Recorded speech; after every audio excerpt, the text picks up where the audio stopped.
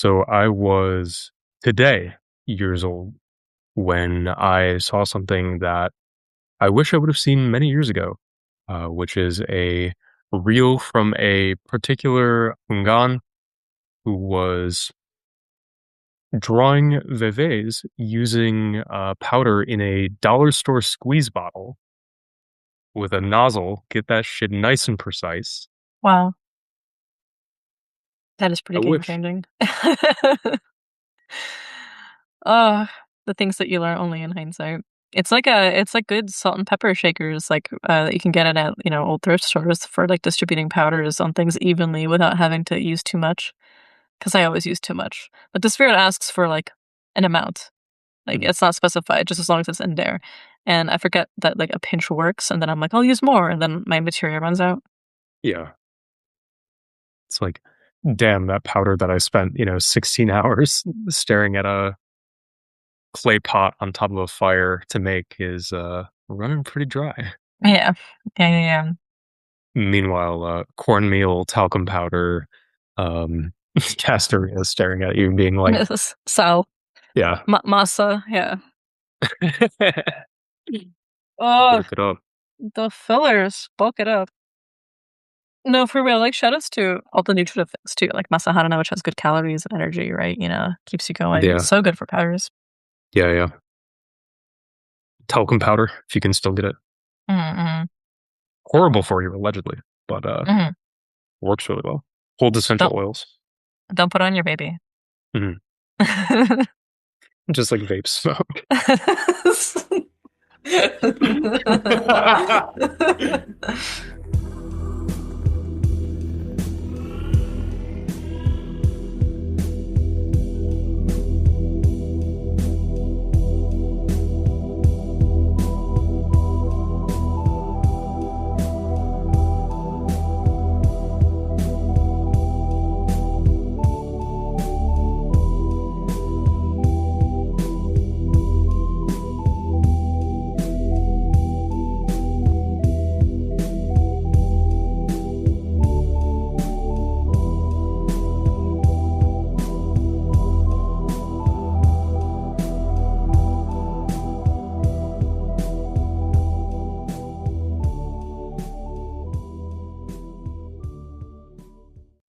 Be not alarmed at the frightful howls which you may hear. It's Svinga and bottles full of snake's key. Love it. Uh, we did a little bibliomancy to find that bee. That we did, yeah. Yeah, I was trying to figure one out. I have in front of me Carolyn Merrill Lang's Spiritual Merchants, Religion, Magic, and Commerce. Excellent scholarly work on the history of botanicas, llevarias, mail order catalogs, kind of the commercialization of hoodoo across the United States. A really, really wonderful book that we actually did as one of our book clubs for the Patreon folks. Yeah, and that's book club number 27 for anyone who wants to check it out. Yeah. I was, just flipping through it idly, be like, "Help me find a bee," and I landed on this sentence that says, "Bacon gave examples of some of the charms reported by the Hampton students. A black bottle containing a liquid mixture of 9 pins and needles, a bottle full with roots, stones, and a reddish powder, bottles full with beans, nails, and powder, a bottle full of snakes, a preserve jar containing a snake and several insects, bags, often made of red flannel, containing various combinations of salt, pepper, silver coins, needles, pins, hair, snakeheads, anvil dust, and a kind of root, in brackets, possibly John the Conqueror, that conjurers always carry in their pockets." And I was like, now that sounds like my kitchen. Yeah, it's like that is my living room right now. I Yeah. love it. Hell yeah. Well, we'll be talking about this book quite a bit today. We had a really awesome episode for us, which I'm super excited about. And I'm really just hyped to hear you talk all about it. Yeah, thank you, thank you. Yeah, really, that particular text, Spiritual Merchants, really set me off down the rabbit hole of this research where I felt that little psychic alarm bell ringing that there was something there. There was like a nascent connection that I had seen something before. And it really led off on this quest of some of my favorite things, which are chemistry manuals from the 1850s and their role and intersection with the pharmaceutical and chemical industry as it developed in the United States, in the Venn diagram with voodoo products and herbs becoming more and more available and more commercialized with the Great Migration. And I stumbled upon some things that I wanted to talk about here today. Beautiful. And in the meanwhile, if you'd like to talk to us about any of these topics, and including joining our future book clubs, remember to check us out at patreon.com/ the Frightful Howls. We have a bonus episode every month curated by and just for our patrons, a Discord server, a monthly live occult book club, as we mentioned, where we discuss a text of your choosing. I believe the one for May is finally the Korean reality divination competition show, Battle of Fates. Finally, Yeah. people were trying to rig it for that, and it worked. I mean, I don't think it's rigging if people genuinely vote for it, but yeah.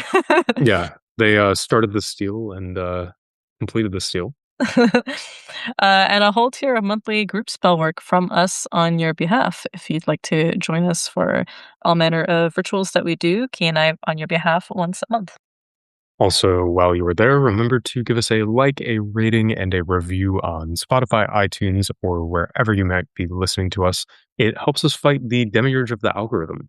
And remember to check out our services. Key offers personalized coaching in magic and mediumship, sorcery for hire, readings, Lenormand lessons, custom and talismans, oils, tools, including his incredible Saint Expedite Saint of Many Colors collection that just came out recently and resulted in a few people actually messaging us to make an episode explaining it, which we will get into that a little bit later on, right? But this is primarily looking at some of the inspiration behind collections like these. Yeah, exactly. Well, super exciting because I cannot wait to get my hands on those oils, all 9 of them, and start playing around with them because there's Yeah. the blue and purple ones are calling my name and my postal code. Yeah. Really happy with how this turned out. After all that time of trying to get an oil to turn blue, this is my successful pass at that. Yeah, well, the color can be its own ingredient, right? Exactly. Yeah. Mhm. I also offer bulk and 5 minute readings, and both of us offer other occasional limited occult wares over on withcunningandcommand.com. As of recording, we just celebrated Jurjitsan, St. George's Day here on the Servino Fax calendar. I make a set of charms for St. George every year, and this year's are going to be all about protecting love. Beautiful. Really looking forward to those. Already some very potent stuff going on in the Sfinga house. Thank you, thank you. I am, which you doth visit very often. Yeah, stay tuned. I'm really excited about those. And lastly, hit us up on social media. Sfinga is at Dragon Cunning, and I am at barnowl.key. Beautiful. All right, take it away, Key. This one's all yours. As we were talking about at the start, Carolyn Morlong's book, Spiritual Merchants, Religion, Magic, and Commerce, really lays out this beautiful case and beautiful history of the somewhat infamous and always controversial commercialization of hoodoo as a spiritual marketplace, where along with the Great Migration and evolving social trends among the African American communities throughout the United States, and a newfound capital and kind of shifting of time and shifting of cultural attitudes while still wanting to preserve some of the unique history and culture of the spiritualities and folk magics of the Southern United States, there was a lot of interesting work on, as these people moved and their desire to maintain these spiritualities continued, places adapted. The different marketplaces, mail order catalogs, and pharmacies eventually became social and communal hubs for this particular magic. So I wanted to go back even further in time than what we see in really, the 1910s, the 1920s, especially with the accounts of Zora Neale Hurston and all of her informants going through and checking out the commodities. I wanted to take people back really to the 1850s, where we have texts like Henry Beasley's The Druggist General Receipt Book, which is one of the first times that there is a commercially available standardized repertoire of recipes for pharmacy.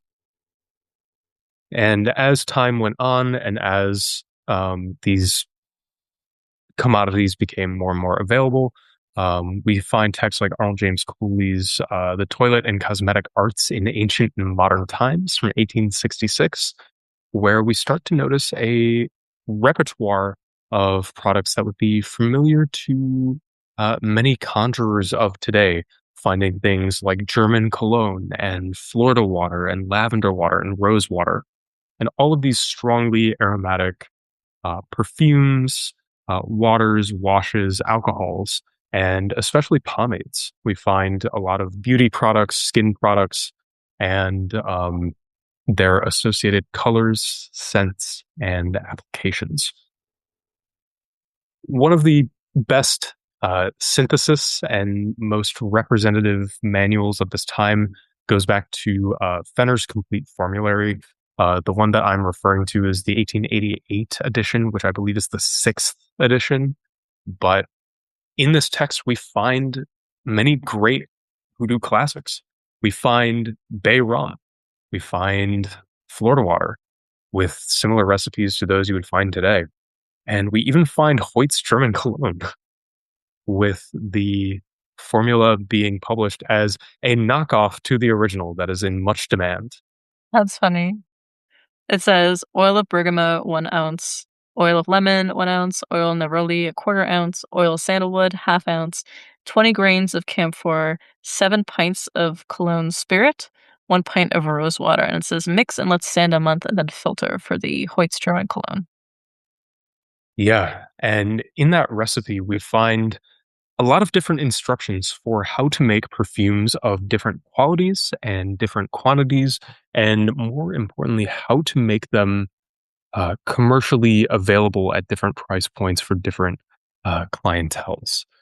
As we move forward in time and we see all of these different things, um, throughout the late 1800s, especially by 1880, this is hugely situated within a burgeoning spiritual marketplace. Going back in time, we find George Washington Cable's 1880 novel, The Grandes Sems, which depicts people going in and out of a apothecary shop, a drugstore, looking for different spiritual products. There's an account of a woman searching for basil, which he says is for good luck. And there's an account of a man going in and asking explicitly for wanga, which I quite find very evocative and love very much, that in this time you're already walking into, the equivalent of the CVS and saying, uh, hook me up with, the talisman that does the job. Mhm. So to loop back into Carolyn Merrill Long's, she had an article that came out called The Cracker Jack, a hoodoo drugstore in the cradle of jazz, which is kind of a spiritual companion piece to spiritual merchants. And I wanted to pass that off to you, Svinga. By the early 20th century, so called hoodoo drugstores could be found in many African American neighborhoods, not only in New Orleans, but in most southern cities. And with the exodus of blacks to the north during the Great Migration, these establishments also appeared in northern cities. The hoodoo drugstore usually began as an ordinary pharmacy operated by a white, professionally trained pharmacist. Those who served the predominantly black clientele simply responded to the requests of their patrons and gradually found themselves formulating magical potions. The desired result determined the color and smell. Pink was for love, blue for protection, white for peace, red or purple for victory, and green or gold for wealth. These positive charms had a pleasant scent. Those meant to cause strife and bad luck were colored brown or black and had a disagreeable odor. Hot ingredients, such as ginger or pepper, were added to make the mixture seem more powerful. Lodestone, a magnetic ore, was popular because of its ability to attract iron fillings, symbolized luck drawing and attraction. Eventually, the hoodoo drugstores sold not only natural herbs, minerals, and animal parts, but also incense, candles, oils, perfumes, powders, and soaps that were alleged to have occult properties. They also sold books of dream interpretation and magical formulae. And with all of this, the apothecary and the drugstore becomes one of the most important facets. So we see this evolution out of a place of consumer demand and really consumer need. While old school conjurers might just go out and gather the herbs, find the animals, and do everything themselves, as time goes on, store bought is fine.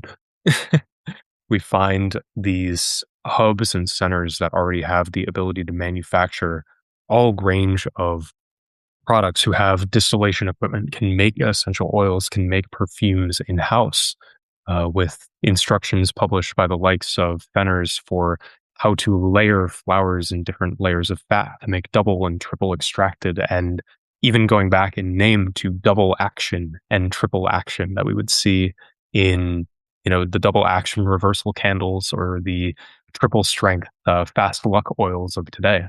Mhm. This actually reminds me of a post that I really loved recently on Instagram, the user Honoreo. They Mm. gave a really great overview on the, quote, "making and use of Florida water," saying, like, there's a lot of people out there who is selling, their own version of it, saying it's better, this homemade product has the best ingredients, it's more organic, it's more pure, it's better than, like, your usual store-bought Murray and Landman Florida water. And they were saying that, like, "Well, hold on a second, this is a store-bought Florida water has been a spiritual product for almost 200 years. It's easily accessible, it's cheap, you can use it as an actual cologne, you can use it for so many things. It has a beautiful, pleasant scent that uplifts things. It, is prayed over into hands of skilled practitioners, or sometimes just used on its own without any additional prayer. And they said, sometimes it's used with as a cane, sometimes with flowers and herbs added to utter scents, or just prayed over. But no one was talking back in the old days of which version was more powerful, right? At the end of the day, what people seem to agree with was that intention was the key to make any product, whether it's a camphor, laundry bluing, anil, ammonia, anything, really work to become serviceable. And so they were saying, like, this isn't to say that people aren't using herbal washes. Of course they were. It's more like, let's not romanticize the ideal of something that was never true, right? You don't have to disrespect a long-standing tradition to give more value to your own version of these things. Because at Right. the end of the day, they were saying, like, yeah, make your own or buy one, but let's not pretend that the bought version is lesser just because you bought it from Botanica. At the end of the day, like, it's not just the start of something; it could be the whole thing. And I really, really like that exploration because, I love playing with these recipes. I love making, Mhm. my own versions sometimes for sure, like, absolutely. But I do think that let's not pretend that these products are in any way, like, worse, or that they aren't as spiritually potent as something that, you make yourself. At the end of the day, like, if you're praying over it and using it with your spirits, like, that becomes a part of a very long lineage of this product. Yeah, for sure. I think, as more and more scholarship comes out, we really complicate the history of the use of these products and move, like that post was saying, move away from this kind of mythic true recipe that is preserved in the hands of a few people. Whereas, these are things that are available, but they are rapidly adopted into the repertoire of the given conjurer. Like, even thinking of those pharmaceutical manuals, we see 1850 recipe that just says Florida water. Here it is, and a recipe that's very similar to what we see today.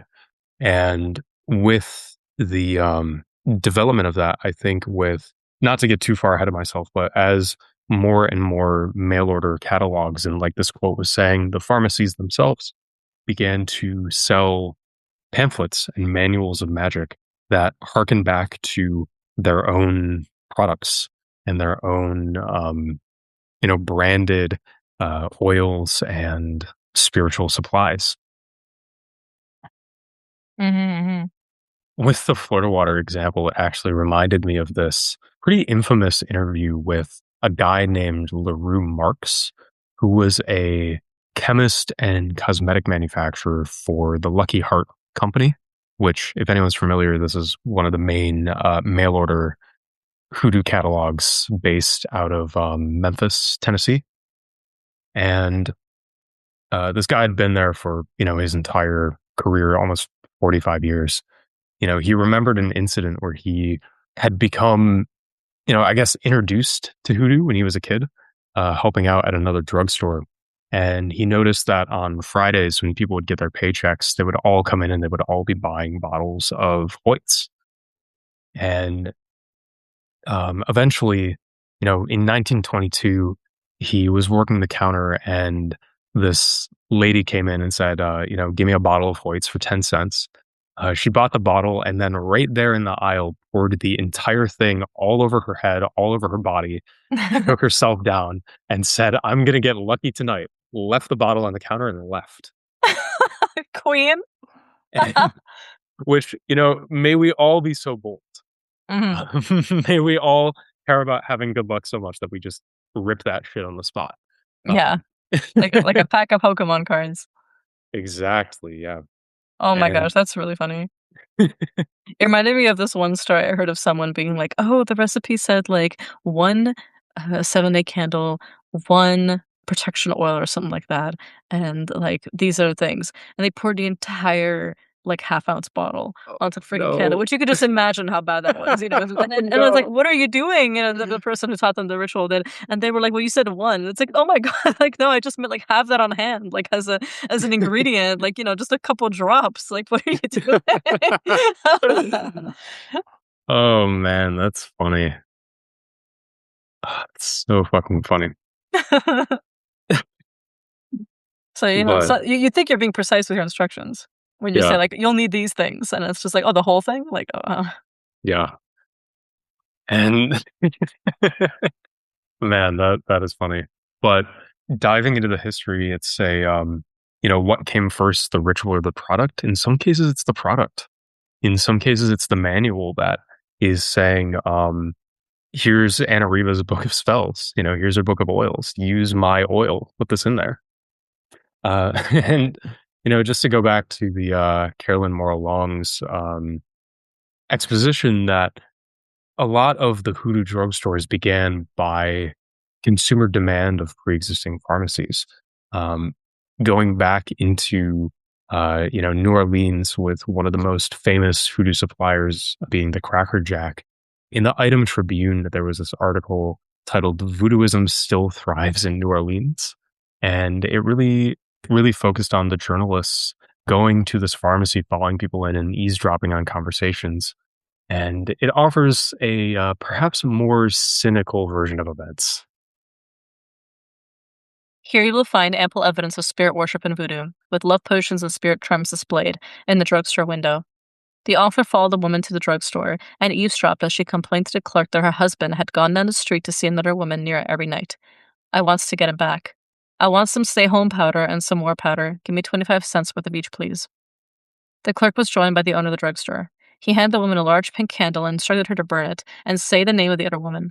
He told her to sprinkle stay at home powder on her own body and war powder on her husband's body.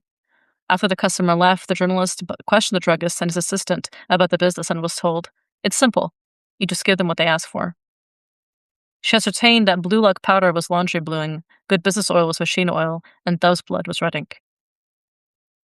And yeah, therein lies the evolution, the consumer demand for these products really driving forward the market itself.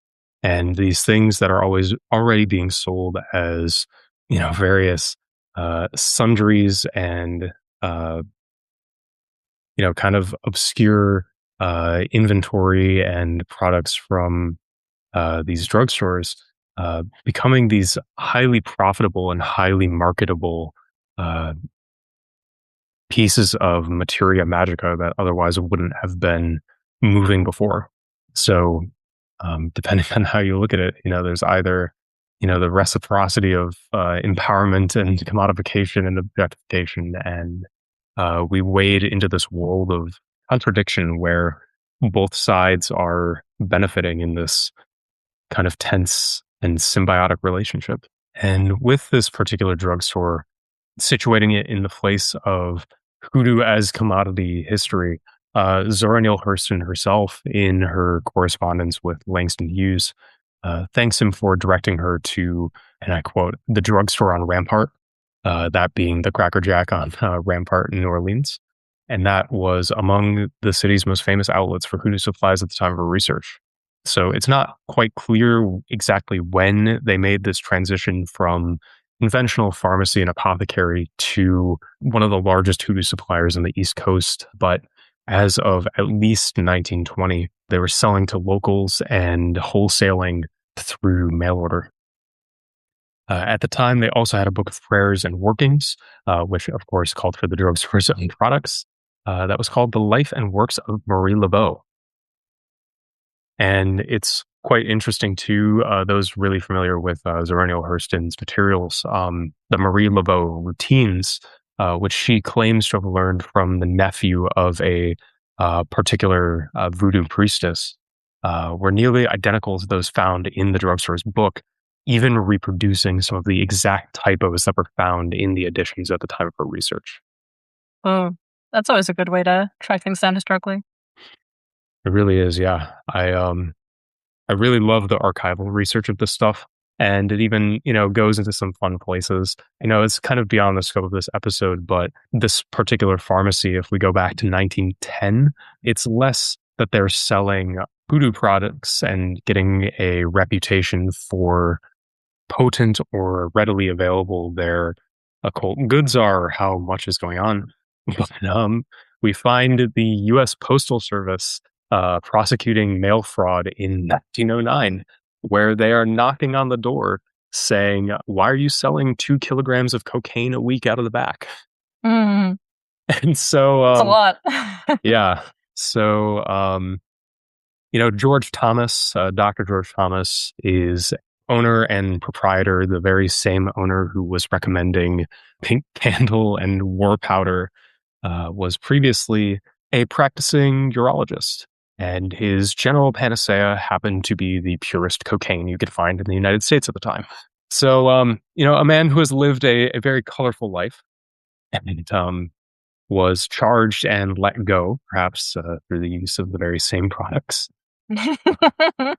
I think my speculation is, 1910 to 1912, the heat from just how much cocaine was moving out of there needed to switch over to something else. And in its place, finding branded goofer dust, which was confirmed just to be dirt collected from a graveyard. Nothing more Mhm. complicated than that. Quote unquote, eagle eyes and other charms for good and evil. Mhm. So, speaking of 1910, we see kind of that changeover in the history where, very famously, the New Orleans Pharmacy Museum, which is one of the oldest pharmacies in the United States, and indeed the pharmacy of the first licensed pharmacist in the United States, still maintains and proudly displays its handwritten recipe books for usual pharmacy supplies of toothache drops, tonics, cough syrups, dandruff cures, tapeworm mixtures, and all sorts of remedies. But in the front, 2 pages of handwritten recipes for the hoodoo staples that we know and love today, including a recipe for something that they were calling Van Van, which is cinnamon, oil of lemongrass, oil of rosemary, and denatured alcohol. So a little different than the, 5 Asian grasses recipe that's extremely common these days, Mhm. but still very solid, still doing the same things. Cinnamon for heat, money, lemongrass for that cleansing, rosemary to stabilize everything, grab the other virtues and harmonize it together. Mhm. We also see something called hoodoo mixture, which is frankincense, tears, grains of paradise, iron filings, lodestones, and cayenne peppers. Wawa water, which is cochineal as a red dye, iron filings, oil of cassia, and water. And we see a fast luck oil recipe of cinnamon, lemongrass, and bergamot. This, of course, being different than Zora Neale Hurston's famous recipe of cinnamon, vanilla, and wintergreen, which I love so much and is the smell of hoodoo to me. Um, Mhm. but, is doing all the same things and is really situated within that history. And so, as the Great Migration progresses, time goes on, these products evolve and spread and move throughout the United States. I want to bring it back to my hometown of Chicago and the entire history of mail order voodoo and mail order magic from the likes of Dolores and Valmor and all of those problematic faves of magic history in the United States. So I wanted to shout out the Made in Chicago Museum and the Edgewater Historical Society for their absolute banger of an article, Valmor Products Company, established in 1926, for really diving into this research and situating it in the history. We can go back to Valmor Products Company. Morton Newman, who, jokingly, every voodoo historian's problematic fave, was a Chicago based chemist of Hungarian Jewish descent. And after being a journeyman chemist and journeyman pharmacist with a pretty astute business sense, founded the Valmor Products Company in 1926. eventually creating the subsidiaries Madame Jones, Sweet Georgia Brown, Lucky Brown, Famous Products, and King Novelty. And going back with King Novelty, we find that he was manufacturing, distributing, and selling spiritual supplies retail, mail order, and through agents on the ground. They maintained an office next door to and advertised heavily in African American publications in the United States, from Ebony and Jet to the Chicago Defender, just to name a few. And a lot of the products that they were selling, especially as they went fully into the occult marketplace and started to sell explicitly magical and spiritual products, we find in their collection of, Sweet Georgia Brown perfumes, recipes such as Violet, White Rose, Carnation, Jockey Club, and Bouquet, each of which is found in the same order with the same recipes and names in Fenner's formulary from 1888. That's awesome. That was such a good find, noticing that they are, like, not only the same ingredients, but they're in the same order. Yeah. And to say that I audibly went, yes, when I saw it, Yeah. Yup. is a bit of an understatement. I know, you were texting me, you just blew up my phone. Yeah. Being like, "I found, great ads and great pictures." I love the art on those. Like, Yeah. I think a lot about how as much flack as, like, Licky Mojo gets, like, the art that they have is just beautiful. Like, that they really Yeah. preserve that aesthetic really well. My own teacher in Mexican American brujeria, Alex Bujo, also does a lot takes a lot of inspiration for, his own oils and products from this kind of genre as well. I went down in the south of Texas, and it's just great. The only thing I Yeah. mourn about these things is seeing the little, like, price labels on them, and Yeah. being like, "Ah, not not anymore." Yeah, for real. Inflation is a And bitch. speaking of the art, I actually really want to shout out the Chicago Cultural Center for doing a lot of deep, deep research into figuring out who these artists were and giving credit where credit's due, Mhm. specifically to the contributions of the African American illustrators Charles Dawson and Jay Jackson, who were the pioneers of the particular aesthetic for any and all of the packaging in these products. So they were the ones who really brought the kind of sexy aesthetics, folkloric nods and homages into each of the branded products. Mm. Yeah. Yeah, yeah, yeah. Also, Yeah. shouts to this advertisement for Sweet Georgia Brown perfume as saying long, lasting, and loud, which, as tempted as I am, all my ancestors just screaming in the background, be like, "Make a your mom joke. Do it." Do it. Yeah. I actually it makes me think of some of the ways that we describe obviously, it's about perfume, but it makes me think of some of the ways that we describe, like, efficacious magic. Like, how do we know it's strong? And, like, in my language, we would say seasoned, like, full of sugar, full of salt, full of pepper. Like, it's been Yeah. properly seasoned like a stew. That's what we say, like, that's good juju, when you know it has all the right elements, right at their door. Oh, yeah, absolutely. And even going into some of the history of like their own branding of being like these are made with only the highest quality ingredients, triple strength, triple Yeah. extraction, the authentic recipe, like any of these, like you're saying, long lasting and loud branding. um it's really situating itself in this like beautiful aesthetic, laying into distinctive, vibrant, like sexually charged packaging that would really carry the business forward.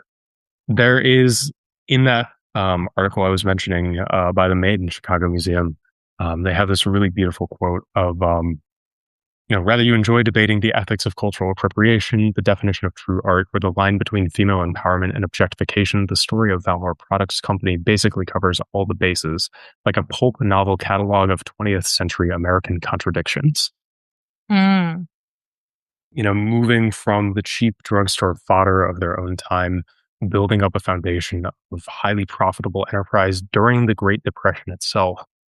with mail order and door to door sales, especially by African American salesmen, accounting for much of the business. Um, Moving through time and, making Morton Newman himself an incredibly wealthy individual who posthumously is better known for his collection of art than he ever was for his business and his role in the history of voodoo as we know it today, being, a personal friend and profound collector of Picassos, to give you an idea. Mhm. He really went through this kind of contradictory place of, depending on how you look at it, astute capitalist opportunism or calculated cultural exploitation, as the museum puts it. He both, served this underserved community as a merchant and better than equal opportunity employer for the time, whereas, on the other end of it, co-opting African American spirituality and aesthetics, turning the word lucky into a gloss of straight haired, light skinned people, and, moving through that entire space with the complicated tangle of contradictions that is this part of the history of this spirituality and system of magic. Yeah, they have the Hydron the Conqueror statues to look like a very white King Solomon. Yeah. And even some of the speculation that it looked like the proprietors of the roots themselves. Yeah, which the word. Yeah, yeah. I mean, sure. I mean, sure, I guess. Yeah. No, but I really appreciate that you shout out those African American artists who are responsible for so much of that iconic labeling. Like, it's part of the lineage and it's part of the ancestral collective. Even if you don't yourself practice hoodoo, if you live in North America at some point, it's very likely your magic has at some point been inspired by hoodoo, by Southern Conjure, by the magic of African Americans, which of course, as we've seen, was also filtered through so many different other cultures as well, but nevertheless was drawing on the ancestral knowledge of African American peoples. And so it's one of those things that I think it's even one way to pay respects to that lineage and to understand like the very fraught colonial history of its promulgation is to pay respects to who are making the labels, who are coming up with these brilliant advertisements, who were the sources of some of the knowledge for how people came to even produce some of these recipes. And as Zoriel Hurston, like beautifully describes in her own work, what were some of the initiations that went into it? And initiations not just at the hands of another teacher, but even self-initiations at the crossroads that allowed oneself to become directly put in place into that lineage of not just ancient root workers, but other spirits, non-human spirits, the roots themselves that were speaking to them and giving them new material. Situating yourself in all of these roles, it really makes me think even of, what else is going on in the magical ecosystem and magical economy of this time, with, each and every one of these drugstores and spiritual suppliers having their own catalogs and books of workings. Dolores distributing, all sorts of texts, sixth and seventh books of Moses, which find themselves happily in hoodoo as we know it today, books of candle magic, ancient Hindu magic, and all that sort of thing. The people who, in kind of the history of it, to not go so far into this, mythic ancestral transmission and, really recognize the power and faith of devotion of, the ancestors of this craft who just picked up one of these books and decided to make their life better. Mhm. And I think, rather than erase that, to celebrate and admire the ingenuity and, in some cases, desperation that people had to do so, um, Mhm. is, an important ancestral veneration to anyone who does this sort of work, like you were saying. Mhm. And actually speaking on that, just before we move on further, I was thinking about having read Long's book, is her mention of kind of the ingenuity of the actual worker who then created books and pamphlets that then sold their own products, as you kind of hinted at before. Yeah, yeah. Anna Riva gets a lot of flack these days. I've noticed that her name is not often invoked with a lot of compassion and respect in a lot of circles. I've seen plenty of folks talk, discuss her products and as kind of essentially inferior. But as Catherine Maralong describes in Spiritual Merchants, Anna Riva, originally actually her real name Dorothy Spencer, who was actually a white woman, she derived her name from her mother Anna and her daughter Riva.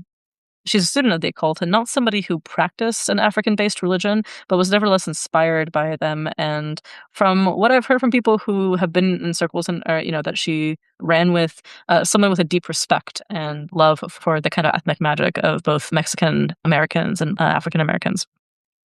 And something that was interesting was, in addition to her pretty like remarkable, really books, which are still used and teachers of mine use them and appreciate them. And, their teachers have, derived workings that were identical to some of the things that the book said without ever being able to read English. So they weren't even aware of them being published there, which just goes to show that, Dorothy Spencer herself, Anna was in touch with a living oral current beyond just what she was necessarily publishing. But one of the things that strikes me is that she owned, her own company. It was called International Imports, and she eventually sold it to Indio Products, which now owns the right to all of her oils. And her oils originally came with real herb pieces floating inside. When Indio bought it, they changed the formulas and skipped a lot of the herbs. But she studied with a lot of different practitioners, and this is information that both Carolyn Erlong and has written about, and I have also heard just firsthand from people who ran in her circles. So even though she passed in the early 2000s, and she was born in, I believe, 1922, she was somebody who is her books and her products were not just the start of a lot of things that we were built onto, but sometimes like the end. Sometimes like that was enough. And so it just goes to show that, like, kind of thinking about that piece that I mentioned from Honoreo on Florida Water, not to be too quick to dismiss things, especially given like the incredible impact they had even among these marginalized communities, just as a resource that you can now cling to. And instead of asking the person behind the counter, you had this thing and be like, okay, I'll do this working. And spirit can then lead in and edit as well. But don't. I guess what I'm trying to say is don't be too quick to judge because Indio changed the recipes. This was there's a reason her stuff is so popular. Absolutely. And I think, even getting back into what the different oils and what the different products actually looked like at this time, going back to that article of what was going on in that drugstore, blue luck powder was laundry bluing. Good business oil was machine oil. Dove's blood was red ink. Like, these things were simple but profound in the hands of their users. Even just a situation in these recipes where, what is Jockey Club but like 5 different essential oils and some alcohol? Yeah. And that's something that, I was first, even before I read this book, made aware of the kind of tremendous respect that Anariva's products and books hold among many of these communities, actually through Alex, who pointed out to me not just generations of workings and especially, uses for some of the seals that she adds in from the sixes of the Book of Moses and from the from Morfash directly into her Secrets of the Magical Seals, and how they've been used and reinterpreted because of the unique properties she ascribes to them that were not in the original grimoires.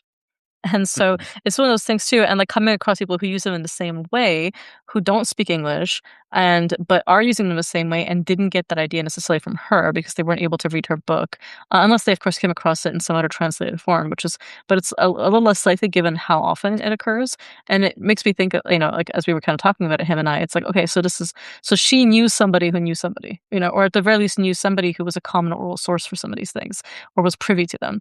So it's one of those I bring it up just to say that, like, much like your comments about the importance of realizing, like, what did these oils even look like back in the day, to know that, like, there's a reason why, an odd number of ingredients, often less than 9, rarely going over 7, is more than enough because you know what each thing is doing, and you know that that 3 or 5 or 7, herb combination is going to work seamlessly without interrupting the other, without being so overloaded with other things that they are now going astray. Unless you have a spirit directly asking for and powering a very large complex recipe that they're saying, like, "I know how to work all these things. I know how to extract everything.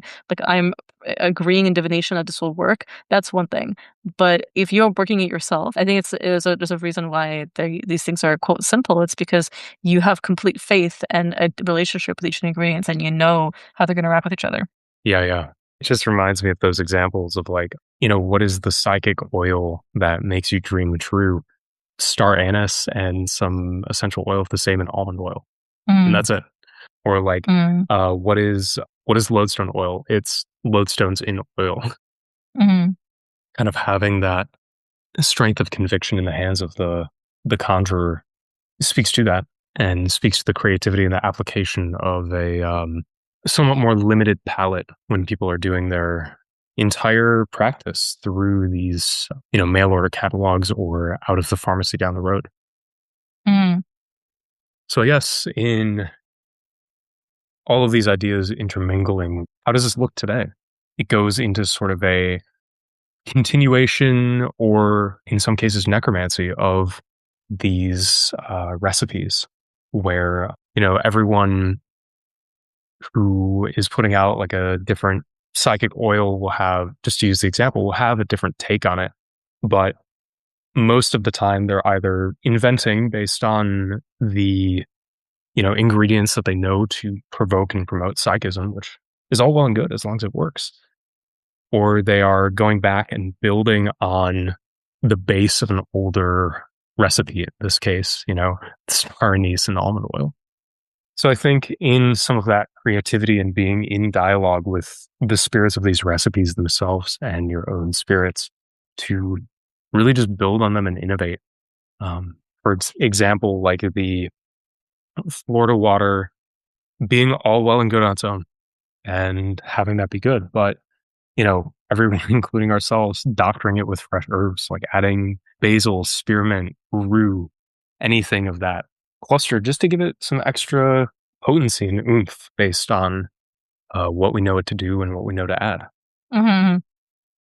Yeah. So to go back directly into the Fenner's formulary, the 1888 manual of pharmacy preparations, I just wanted to highlight some of these recipes for historical colognes and perfumes and things that we would find still in use and still referenced in manuals of magic from around the same time. So, Jockey Club being a triple extract of rose, a triple extract of tuberose, both in 4 parts, triple extract of cassia, triple extract of jasmine in 2 parts, extract of orris in 3 parts, extract of ambergris, extract of civet, each in 1 part, and essence of rose in 2 parts, all mixed into a cologne spirit. Mhm. Originally sold as a cologne. No spiritual implications, no anything else. It's just there. Um, It just be that way?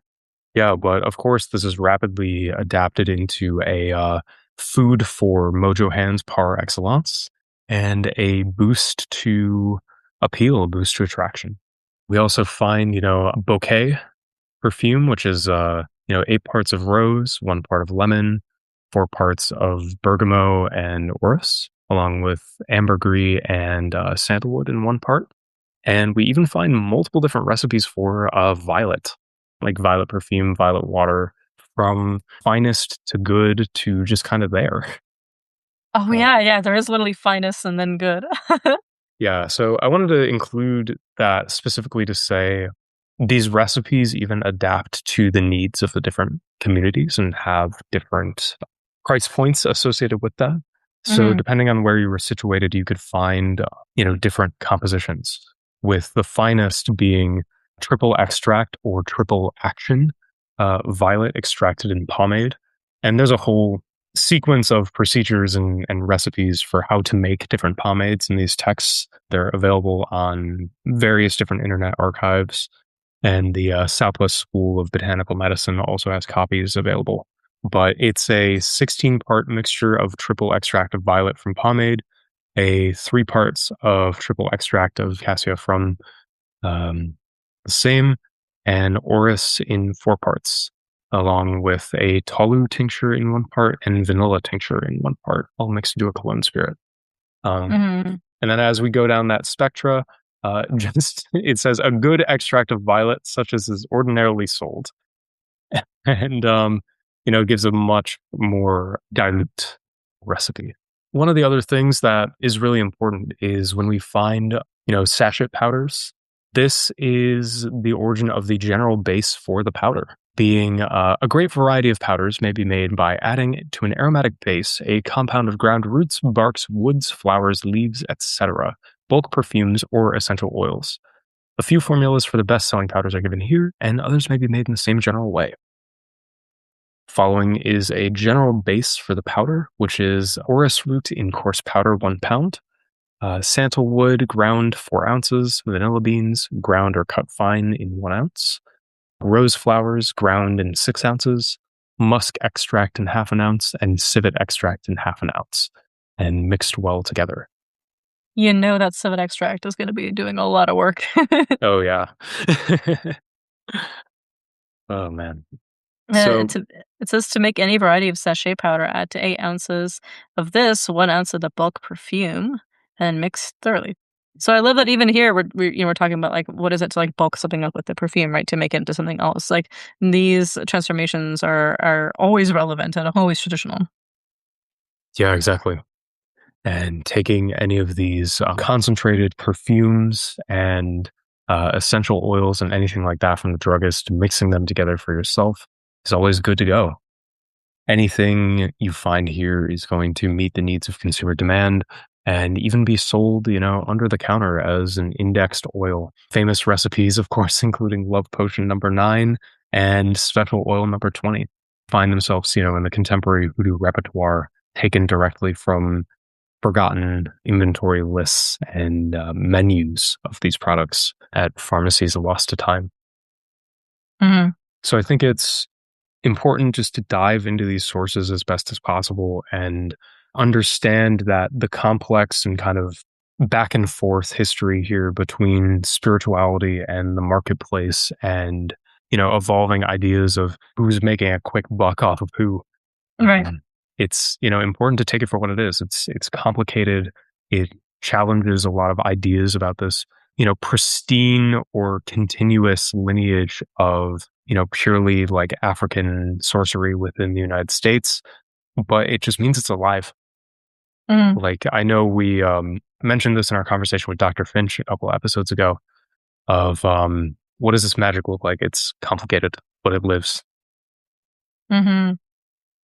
And never as, quote, "pure" as we ask it to be. Yeah, But that just means that we're not listening to what it actually presents us with. exactly. Yeah. I think in all of this, there's a much more robust exploration to be had when we just take it for what it is, see the ingredients that would have been available to really the ancestors of this craft and where techniques originated from, being the catalogs of different stores or manuals of different pharmacies. And it just complicates this whole spiritual history, which is a beautiful place to be, a beautiful place to engage with and take inspiration from. Mhm. Even just reading some of this material, like, having known your lifelong love and fascination with these, druggist catalogs and manuals and the Chicago kind of school of hoodoo, especially through famously articulated by Hyatt, Seat of Folklore of Adams County, Illinois. I've been really fascinated watching you pour your blood, sweat, and tears into the State of Many Colors, just like it's like a love letter to an Expedite, like, and the power of like simple but incredibly effective oils. The charms, I had the privilege of working on one of them with you. Oh, two of them, I should say. One of them Mhm. kind of more bundle charms, but also the key ones, which sold out pretty much, I think, instantly. Yeah. Yeah, the specifics of it though that I'm fascinated by is I will talk to you about the oils because they're all different colors. I Yeah. remember when you had to wait for a very specific cherry tree you had a relationship with to blossom so you could take like the exact pink in that moment to add it to the pink oil. I remember you working with like dream oil or working with, psychic oil and then adding something to them. Like how did you kind of go about selecting the recipes and how did you essentially create a pact with an Expedite to kind of remake them under his auspices and with his added, like, speed, as a quality.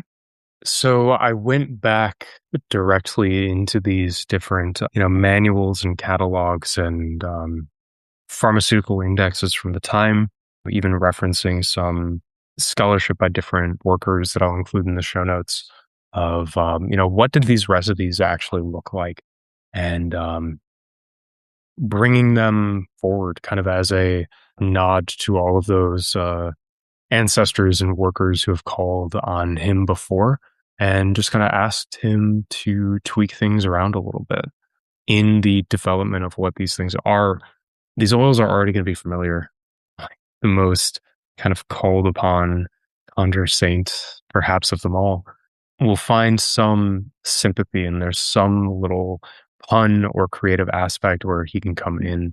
So just to develop the oils themselves, they all began as classic voodoo repertoire oils. So just to start with an example of like the blue oil, thinly veiled, I can't shut up about it because I'm so happy that I got it to turn the color that I did. How are you allowed to share? How it's okay if it's no. um, a very specific thing that's found in one of these druggist manuals. Word. Yeah, I'll keep it as a bit of a trade secret. Just know that it's Trade. out there. I'll keep it DL. Okay, oh god. You you should be like, "Who what am I kidding? I'm not deal. I'm bi as fuck." Yeah, exactly. It's just chaos bisexual, like rolling through with a rainbow of oils. Chaos Bisexual would be a great, like, Conjure name Yeah. for you, yeah. Saint of many colors for real. Um, Every aspect of the rainbow, the girls, the gays, the theys. happiest with the blue and purple ones for a reason, I guess. I don't know. Aw, that's so sweet. um, but yeah, like the blue oil itself, getting it to turn that color made me very happy, but it's really built on a base of the psychic oil that I talked about today, which is star anise in almond oil.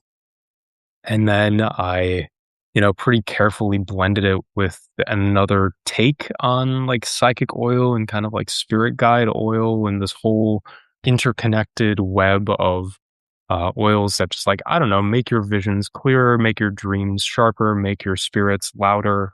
Mhm, So I brought in, the three frankincense, myrrh, benzoin, like three kings incense resins found in other recipes for an oil of the same name. And then the Expedite flare, I wanted it to have that kind of smack you in the face type scent mhm, of like really strong herbs that can just brush aside any, those negative spirits that might be in the room before you start reading if a client comes to you having a problem, or just to move your own thoughts out of your way to kind of clear your head and make the oils effect a lot more pronounced and a lot more like okay, we've cleaned off, now we're good to boost. mhm, Similarly with the purple oil, it goes to dream oil, which is, just finding it of like lavender and then a bunch of just different seeds that promote dreams, promote sleep, like poppies find themselves in there. Kind of all these rich, not to be too synesthete on main, but like the things that just taste purple. mm, Finding the key to this being a single coffee bean through which the saint is able to rouse and kind of wiggle the soul a little bit as we move in that tense balance of like, here are the things that will lull someone to sleep versus here's a little tiny pop of wakefulness, because what is waking asleep if not the lucid dream? beautiful. Yeah, yeah, I love that. So if people wanna use the dream oil or, like, with Senexpert in this context, they're actually helping themselves recall faster, boost their memory, be able to inoculate themselves with lucid dreams more quickly and efficiently. Yeah, exactly. That must have been so So fun to test. yeah, it's cool. I found that wearing it on the body when you're going to sleep can be kind of a lot. So Mhm, if that's your speed, then let it rip.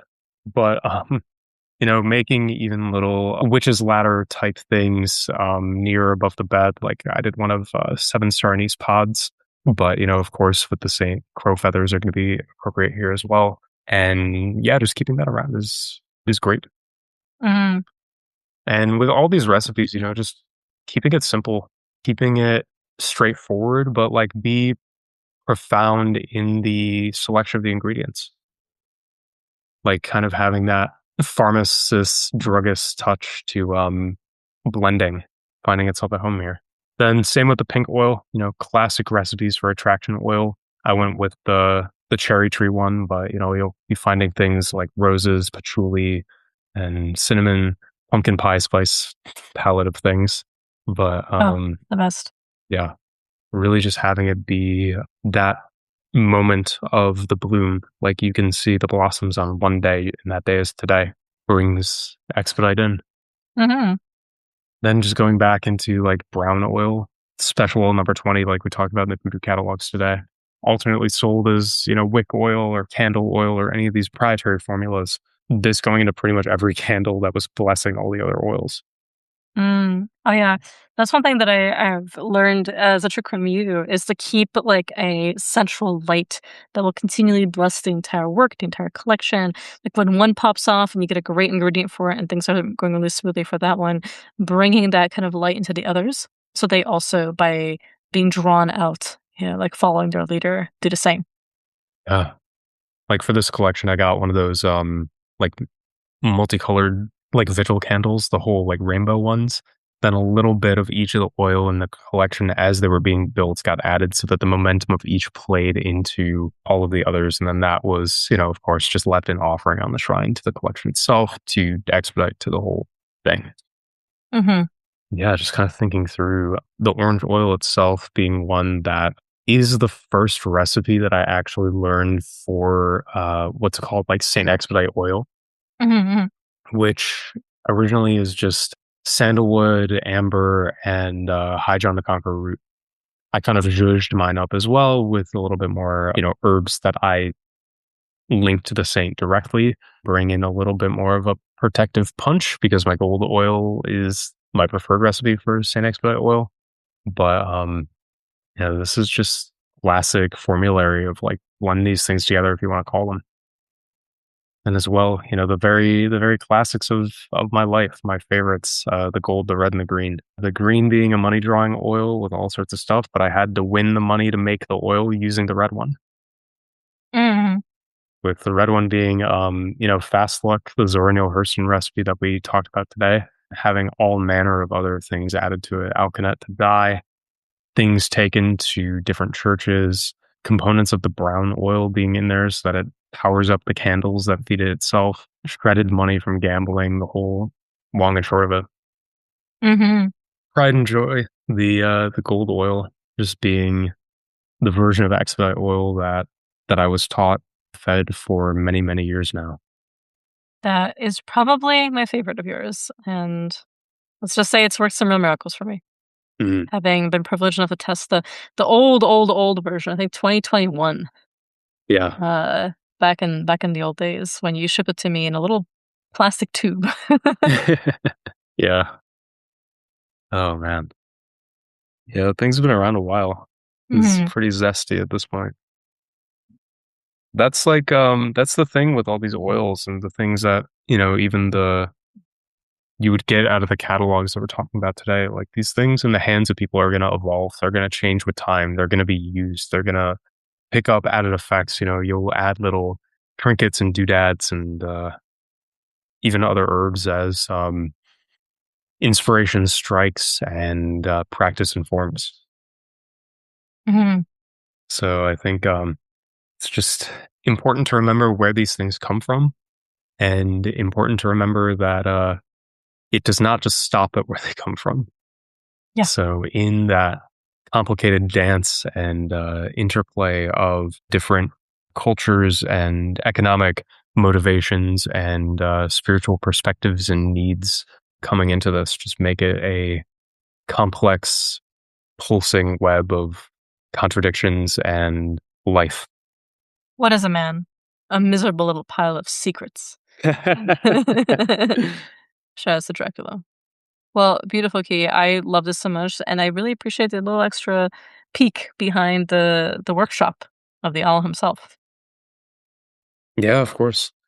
It's happy to pull back the curtain where I can and just feel like, yeah, this is where these things come from, both as a nod to my own teachers of these things, seen and unseen, and just as a nod to my own love of the history of this and that intersection of I love old chemistry, I love old hoodoo, and they all blend together quite nicely in the pharmacist receipt books on the shelves right next to the mojo hands and the bottles of snakes that you would find in each of the places around the corner.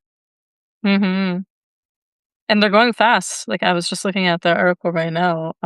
Stock is low for most of these oils, and there's only a few charms of each left too.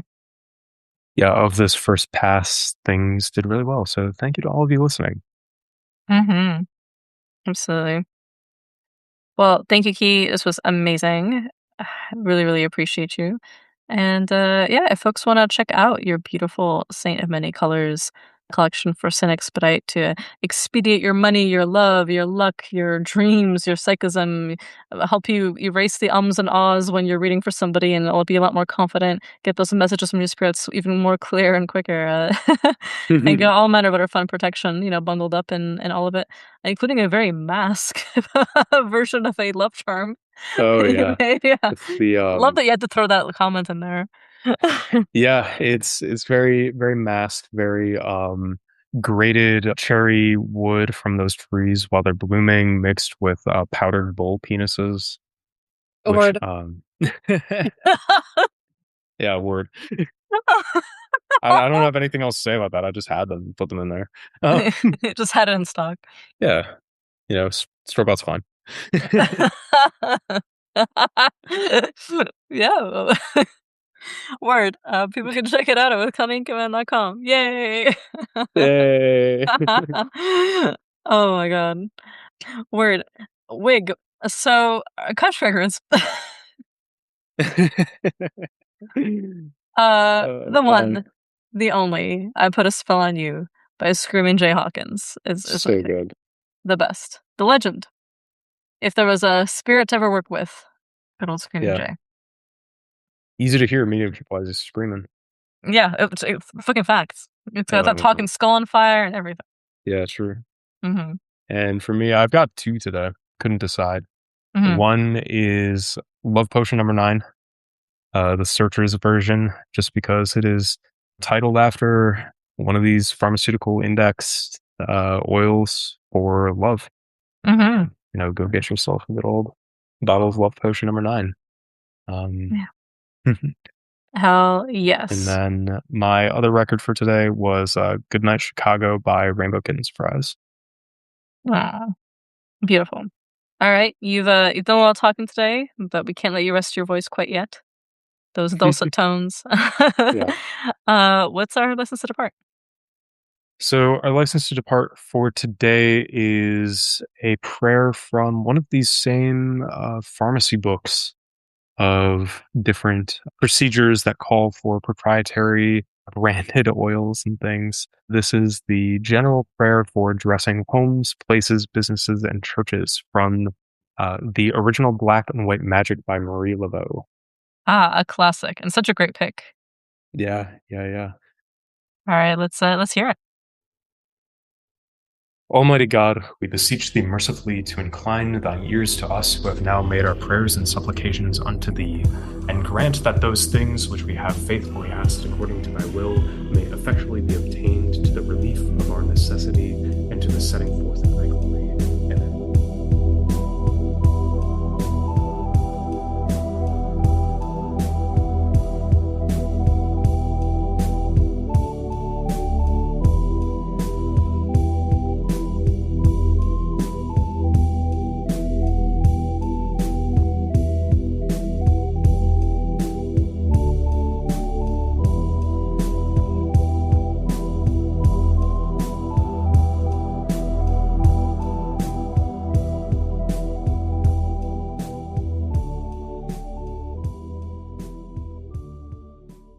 Stay tuned for a new collection of St. George charms. I think one wave. Oh, it's a test of the emergency alert system. Oh, we gotta save that. Ay, ay, ay, ay, ay. Thanks. Oh, what was I saying? Um,